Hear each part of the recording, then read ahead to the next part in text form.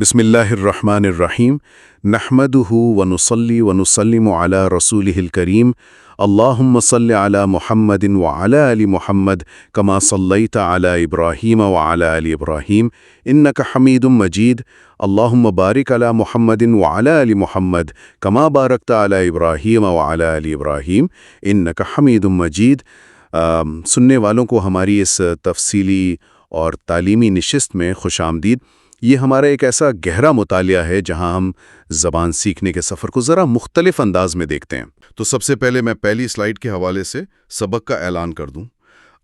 یہ ہے ہمارا اردو انگلش عربک کورس اور اس کا 13واں سبق، جس کا عنوان ہے ڈاکٹر کے ہاں یا ان دا طبیب، یعنی ایٹ دا ڈاکٹر۔ دیکھیں نا، یہ عنوان ہی کتنا اہم ہے۔ بہت اہم ہے۔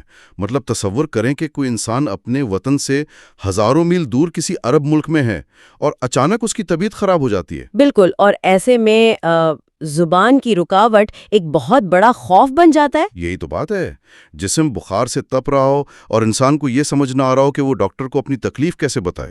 جی، کیونکہ جب تک آپ درد بیان نہیں کریں گے تو شفا کا عمل شروع کیسے ہوگا؟ بالکل صحیح کہا آپ نے۔ تو چلیں کلینک کا دروازہ کھولتے ہیں اور اندر چلتے ہیں۔ مریض کلینک میں داخل ہوتا ہے اور ظاہر ہے سب سے پہلے سلام کرتا ہے۔ بالکل، ایک بہت ہی روایتی آغاز ہے۔ تو اردو میں مریض کہتا ہے السلام علیکم ڈاکٹر صاحب، السلام علیکم یا دکتور، السلام علیکم یا دکتور۔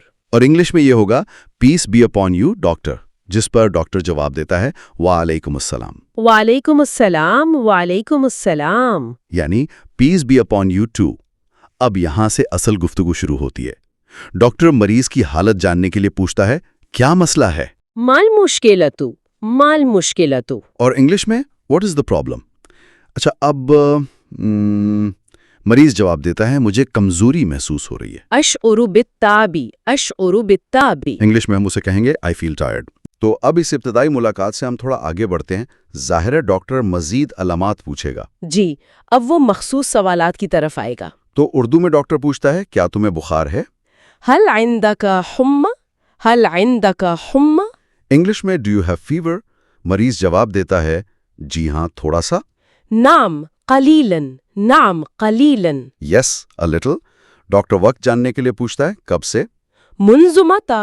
منذ متى؟ since when؟ مریض بتاتا ہے 2 دن سے۔ منذ يومين، منذ يومين۔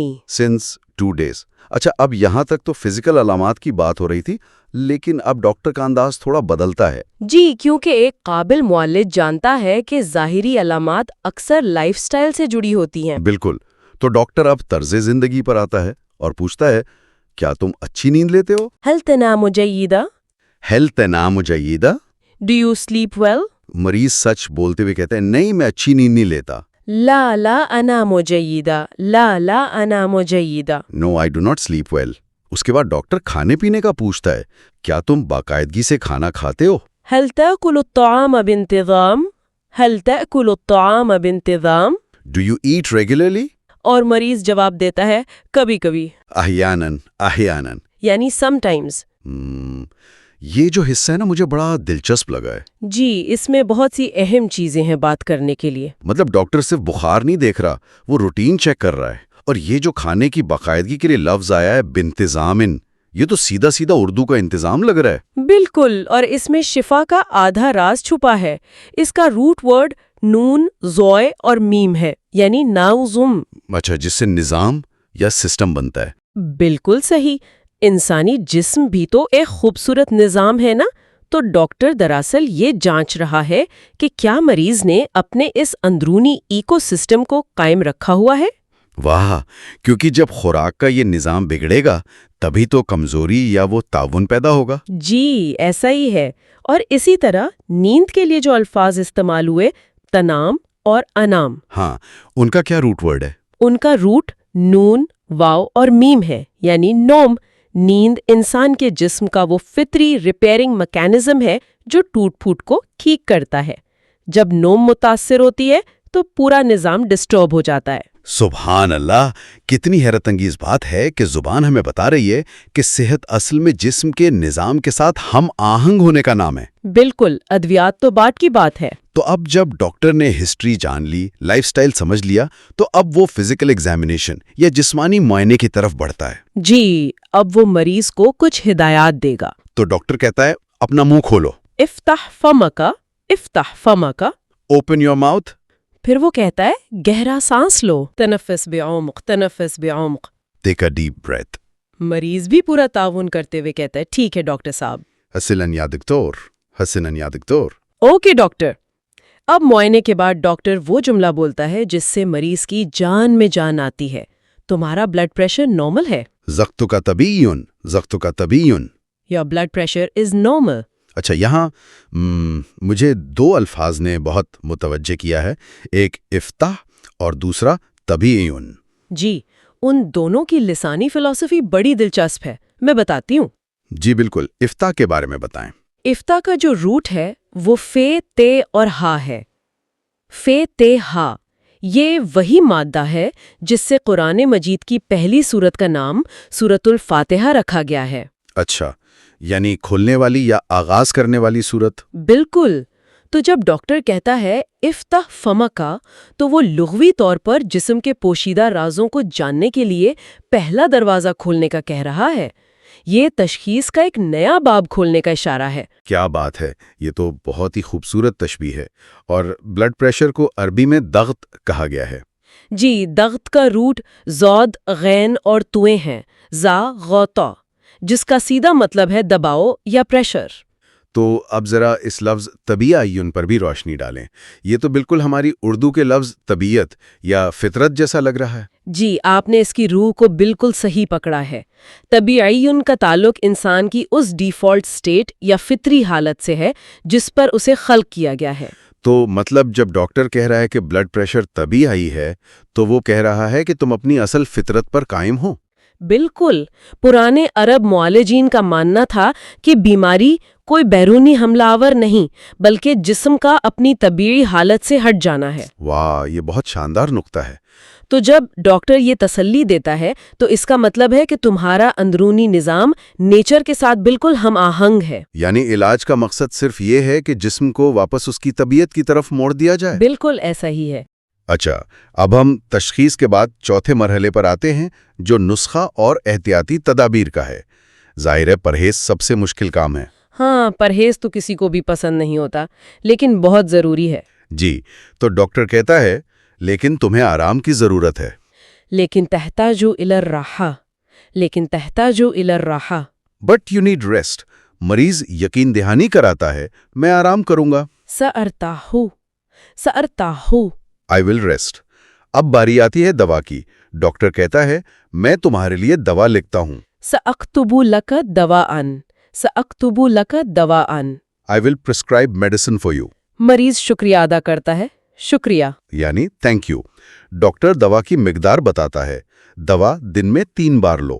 تناول الدواء 3 مرات، تناول الدواء 3 مرات۔ Take the medicine 3 times a day۔ مریض حامی بھرتا ہے، ٹھیک ہے، حسناً، حسناً۔ اوکے۔ اور اب پرہیز کی وارننگ آتی ہے۔ ڈاکٹر کہتا ہے ٹھنڈی چیزیں نہ کھاؤ۔ لا تأکل الطعام البارد، لا تأکل الطعام البارد۔ Do not eat cold food. مریض وعدہ کرتا ہے میں اس سے پرہیز کروں گا۔ سأتجنبها، سأتجنبها۔ انگلش میں اس کا ترجمہ ہوگا آئی ول اوائڈ اٹ۔ لیکن یہاں مجھے ایک بات بڑی عجیب لگی۔ جی، کون سی بات؟ یہ جو لفظ مریض نے بولا ہے سأتجنبها، انگلش میں تو آئی ول اوائڈ اٹ ایک بہت ہی عام سا جملہ ہے جس میں کوئی وزن محسوس نہیں ہوتا۔ جی بالکل۔ لیکن یہ عربی کا لفظ سأتجنبها بولنے میں ایسا لگ رہا ہے جیسے مریض کوئی بہت بڑا عملی فیصلہ کر رہا ہے۔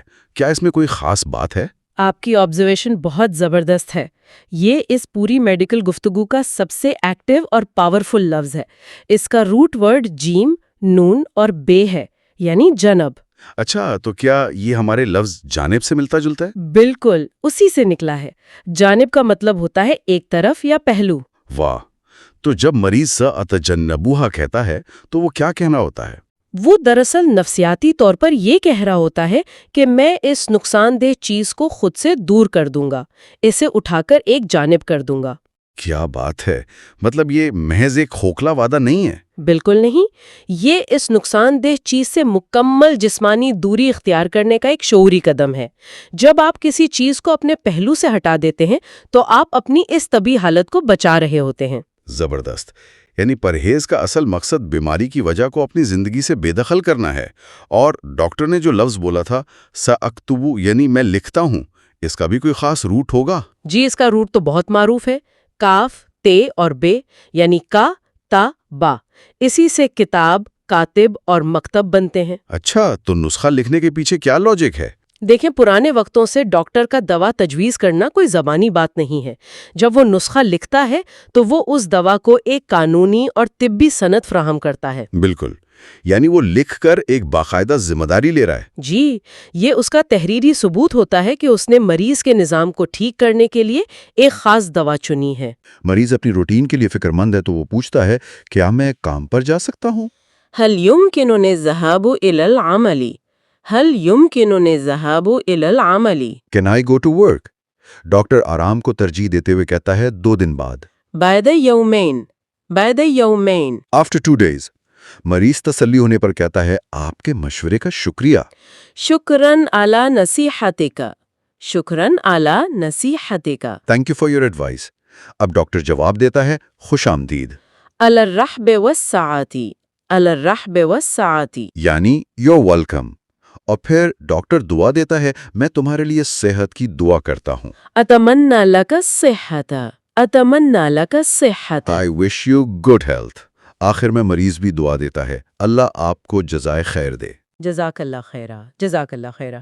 میں اللہ ریوارڈ یو۔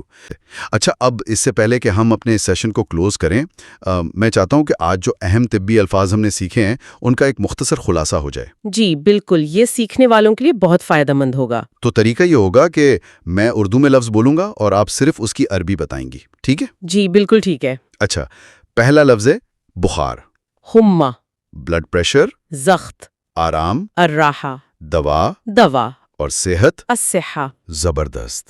تو اگر آج کا یہ سبق آپ سب کے لیے فائدہ مند رہا ہو تو ہمارے چینل کو ضرور سبسکرائب کریں اور ویڈیوز کو لائک کریں تاکہ آپ کوئی بھی نیا اور اہم سبق مس نہ کریں۔ جی بالکل، مزید بہترین اسباق کے لیے ہمارے ساتھ جڑے رہیں۔ تو اسی خوبصورت خیال کے ساتھ مجھے اور ہماری ماہر کو اجازت دیجیے۔ اپنی صحت کا اور ارد گرد کے لوگوں کا بہت خیال رکھیے گا۔